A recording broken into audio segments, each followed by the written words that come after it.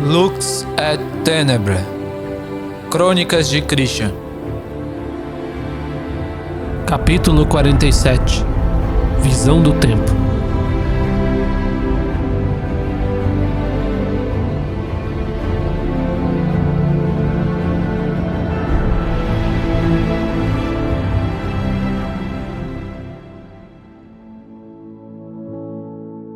Já fazia um tempo que eles andavam pelo caminho à frente.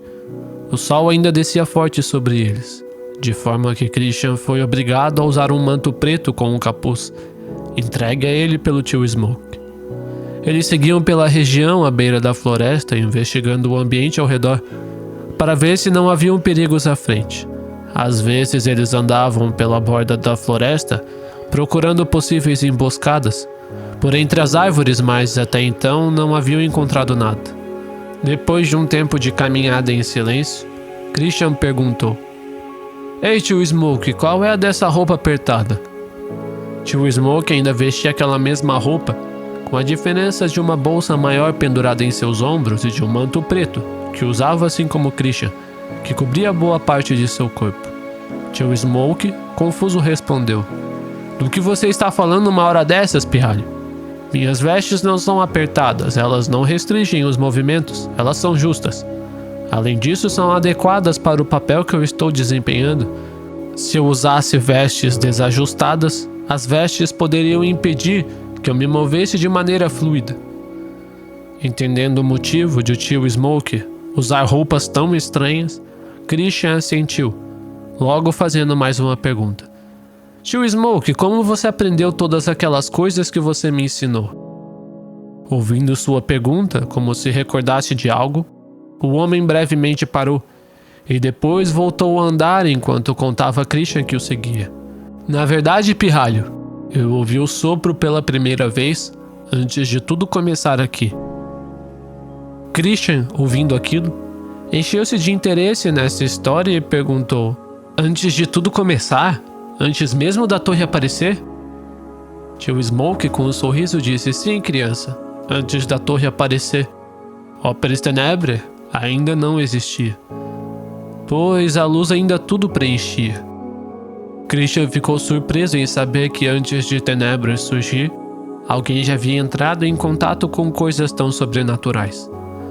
Olhando para a expressão interessada do garoto, Tio Smoke caiu em risadas falando: "Criança, não acho que você tenha entendido realmente o que eu quis dizer, mas enfim. Quando o sopro vibrou no meu coração pela primeira vez, eu tive uma visão. Uma visão do tempo que ainda estava por vir. Foi um privilégio imerecido que recebi, e bem, fui permitido ver o que estava escrito nos rolos do tempo, de forma que eu viesse a saber o futuro." Christian ficou chocado com o que ouviu e perguntou para o homem: "Você está me dizendo que viu o futuro? E até onde você viu?" Tio Smoke respondeu: "Até onde me foi permitido. A mim foi revelado o tempo, mas o fim do tempo não me foi permitido conhecer. Somente o escritor do tempo sabe quando o tempo acabará. Porém, eu posso não saber sobre o fim do tempo, mas a mim foi revelado o tempo em que meu tempo aqui acaba." Um pouco confuso, Christian perguntou: "Como assim?" O homem, voltando-se para o garoto, falou: "Pirralho, quando tudo estiver feito, voltarei para onde o tempo não reina." Christian estava um pouco confuso, mas então, pensando em algo, ele imediatamente perguntou: "Se tu sabes o futuro, tu não pode me contar sobre as coisas que irão acontecer? Talvez se espalhassem o que tu sabes sobre o futuro, as pessoas poderiam estar mais preparadas." Tio Smoke respondeu em um tom profundo: "Pirralho, não estou permitido a fazer isso. Saiba que o tempo não está nas mãos dos homens. O passado já passou por suas mãos, mas agora não está mais no seu alcance. O presente é onde vives e o futuro é incerto, de forma que os homens o desconhecem. Somente a vida conhece o tempo em sua plenitude, e aqueles que conhecem a vida podem ser apresentados ao tempo se assim ela o desejar. Às vezes a vida apresenta o tempo para seus íntimos amigos, porém, esta intimidade às vezes é necessária que permaneça uma intimidade, que às vezes não convém ser dita a outros. Só falamos sobre o tempo quando a vida nos permite fazê-lo. Christian ficou um pouco triste por não poder conhecer o tempo, e olhando para seu semblante entristecido, tio Smoke falou para Christian em um tom reconfortante: "Não se sinta triste, criança. A vida deseja fazer amizade com todos. Se fordes amigo da vida, ela mesma pode vos apresentar o tempo, porém não há necessidade de o conheceres, já que conhecer a vida que está acima do tempo é muito mais valioso. Quando tu a conheceres, então saberás o que é saborear a vida. Ela, que conhece o tudo e é com o tudo. Mas se a vida quiser apresentá-lo o tempo, não há por que não conhecê-lo, afinal, é vontade da vida vos contar sobre ele." Christian acenou a cabeça, parecendo não mais entristecido. Ele não entendia muito bem sobre o que tio Smoke lhe falava, mas ele ainda se sentiu alegre ao ouvi-lo falar sobre a vida. Por algum motivo, ele também tinha uma sensação de que o sonho que teve antes de encontrar Alexio e Lilia tinha algo a ver com a vida. Então Christian, sentindo-se inspirado, perguntou: "Tio Smoke, o que é ter saboreado a vida?" O homem, mais uma vez olhando para Christian profundamente, falou desta vez em um tom cheio de amor e júbilo: "Uma vida na luz e passada com o rei. Isso é ter saboreado a vida." Como se recordando de algo, ele continuou: "Antes não havia morte, garoto. A vida estava em tudo e tudo existia. Mas então, a estrela maior rejeitou a luz, levando junto consigo um terço das estrelas a fazer o mesmo, e todas se apagaram, deixando de existir.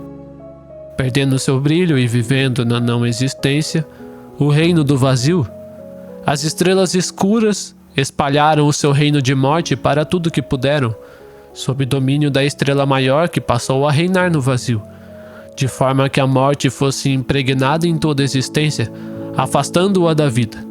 É nisso que consiste a morte, criança, se afastar da vida. Aquele que está morto não mais existe. A vida é luz. Quem se afasta da luz se afasta da vida, e quem está nas trevas deixa de existir também." Christian ficou boquiaberto com a sabedoria do homem. Tio Smoke, percebendo aquilo, falou entre risadas: "Não se impressione comigo, garoto. Só vos digo o que a vida me contou, sabe? Antes que a torre viesse ao mundo, eu tentei avisar as pessoas, afinal, era da vontade da vida que todos o soubessem. Mas não me deram ouvidos. Estais enganado quando diz que se espalhassem o conhecimento do que há de vir, todos se preparariam para enfrentar os perigos futuros. Tu já ouvistes sobre a história Cronos et Vita?" Christian pensou um pouco, e lembrando-se da história que Franciscus lhe contou, ele respondeu: "Sim, você conhece essa história também? Um amigo meu na floresta me contou." Tio Smoke, com um pequeno sorriso, continuou: "Sim, conheço, pirralho. Tu lembras-te que no tempo de Profécia, a vida contou aos homens sobre o tempo, e os homens apresentados ao tempo encheram-se de esperança. Estes homens, sob vontade da vida, espalharam o que a vida lhes contou aos demais. Porém, os loucos que acreditavam ter encontrado a vida, lhes perseguiram e mataram, lhes condenando como mentirosos.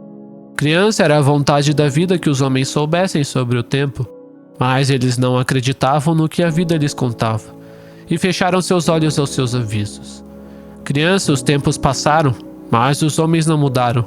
A morte ainda mancha seus corpos despidos pela nudez da escuridão. Há momentos que convém falar sobre o tempo e há momentos que não. Por isso não se chateie. A vida vos revelará sobre o tempo se for preciso que o faça. Mas às vezes não convém, em determinados momentos, que tu o conheças." Christian entendeu e logo respondeu: "Tudo bem, mas tio Smoke, se tu sabes de tanto, já devias saber sobre as palavras de luz, certo?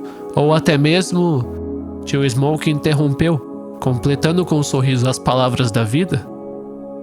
Christian ficou atordoado. Afinal, era exatamente isso que ele ia perguntar. Até então ele pensava ser o único que as conhecia. Mas agora, parando para pensar, Arcos não parecia estar surpreso, encontrando o livro em seu cor. Na verdade, ele entendia muito sobre o livro. Até Franciscus não parecia se surpreender com o capacete da salvação e a espada do Espírito, que ele invocou através das palavras da vida. Christian queria perguntar mais ao tio Smoke, que olhava para ele com um pequeno sorriso, mas antes que pudesse fazê-lo, um som de trombeta tocou ao longe, da direção do grupo. Tio Smoke virou-se para lá, em alerta, falando para Christian: "Vamos, esse é o sinal de perigo. Eles estão sob ataque."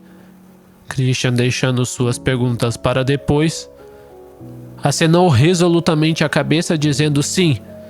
Logo Christian, segurando a lança com firmeza, e tio Smoke já com a faca em mãos, correram em direção ao grupo que os seguia.